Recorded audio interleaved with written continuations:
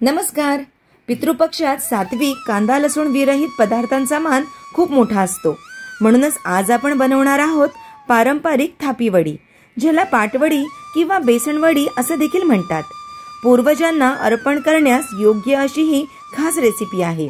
ही रुचकर अशी थापी वडी कशी बनवायची हे जाणून घेण्यासाठी व्हिडिओ शेवटपर्यंत नक्की बघा। आणि हो, अशाच आणखी पारंपरिक रेसिपीसाठी चॅनलला सबस्क्राइब करून बेल आयकन दाबायला विसरू नका। चला आता रेसिपीला सुरुवात करूया। थापी वडी बनवण्यासाठी मी इथे कढई ठेवलेली आहे आणि आता या कढईतच बेसनाचं मिश्रण आपल्याला बनवायचं आहे। गॅस मी चालू केलेला नाहीये। हे 1 वाटी बेसन मी या कढईत घालते। त्याचबरोबर बेसनामध्ये आता 1 वाटी पाणी घालायचंय आणि हे बेसन या पाण्यामध्ये अगदी व्यवस्थित मिक्स करून घ्यायचं आहे। बेसन आणि पाणी अगदी व्यवस्थित मिक्स करून घ्यायचंय। बेसन घेण्याच्या अगोदर ते व्यवस्थित चाळून घ्यायचंय, जेणेकरून ते पाण्यामध्ये अगदी व्यवस्थित मिक्स होतं। आता या मिश्रणातच आपल्याला सगळं साहित्य मिक्स करायचंय। थोडीशी हळद घालायची आहे, जाडसर वाटलेली हिरवी मिरची घालायची आहे, अर्धा चमचा बारीक किसलेलं आलं घालायचंय, 1 मोठा चमचा किसलेलं ओलं खोबरं घालायचंय,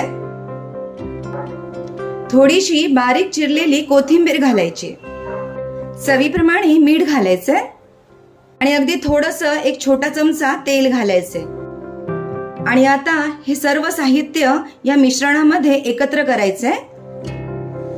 सर्व मिश्रण अगदी एकजीव करून घ्यायचंय। सर्व साहित्य अगदी व्यवस्थित एकजीव झालेलं आहे आणि आता मी कढईखालचा गॅस चालू केलेला आहे। सतत असं ढवळत आपल्याला हे शिजवून घ्यायचं आहे। सतत याला ढवळत आपण शिजवलं म्हणजे यामध्ये जराही गुठळी फॉर्म होत नाही। हे पहा, आता हे मिश्रण घट्ट व्हायला लागलेलं आहे। सतत ढवळत हे आता व्यवस्थित शिजत आलेलं आहे आणि बेसन आता व्यवस्थित शिजलेलं आहे। कढईला देखील आता हे सोडायला लागलंय आणि असा हा गोळा याचा बनायला लागलाय। हे बघा, आता या स्टेजला परत आपल्याला अगदी थोडंसं तेल घालायचंय आणि हे परत असं मिक्स करून घ्यायचंय। हे बघा, हे मिश्रण आता व्यवस्थित असं पॅनला सोडायला लागलेलं आहे, म्हणजे हे छान शिजलेलं आहे। आता थापी वडी किंवा थापी वडी थापण्यासाठी मिश्रण तयार झालेलं आहे। आता आपण एका ताटात हे मिश्रण व्यवस्थित थापून घेऊया।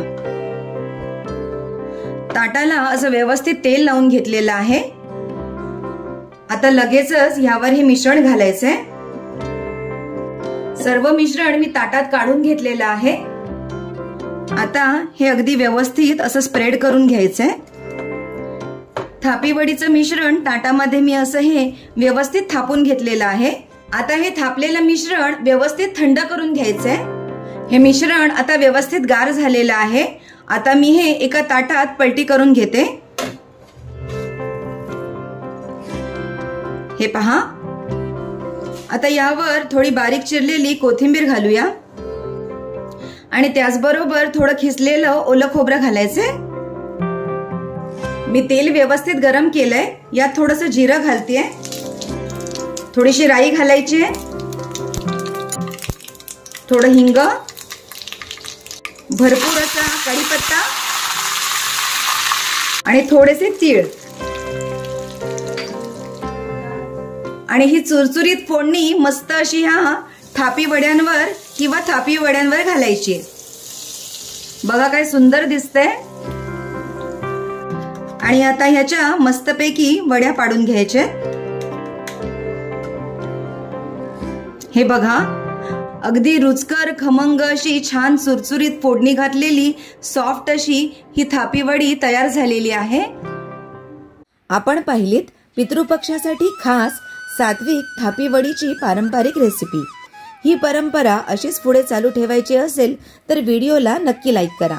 तुमचे विचार कमेंटमध्ये नक्की कळवा आणि ही खास रेसिपी तुमच्या मित्रपरिवारासोबत शेअर करा। अशाच पारंपरिक आणि खास रेसिपीसाठी चॅनलला सबस्क्राइब करून घंटीचे बटन दाबायला विसरू नका। धन्यवाद।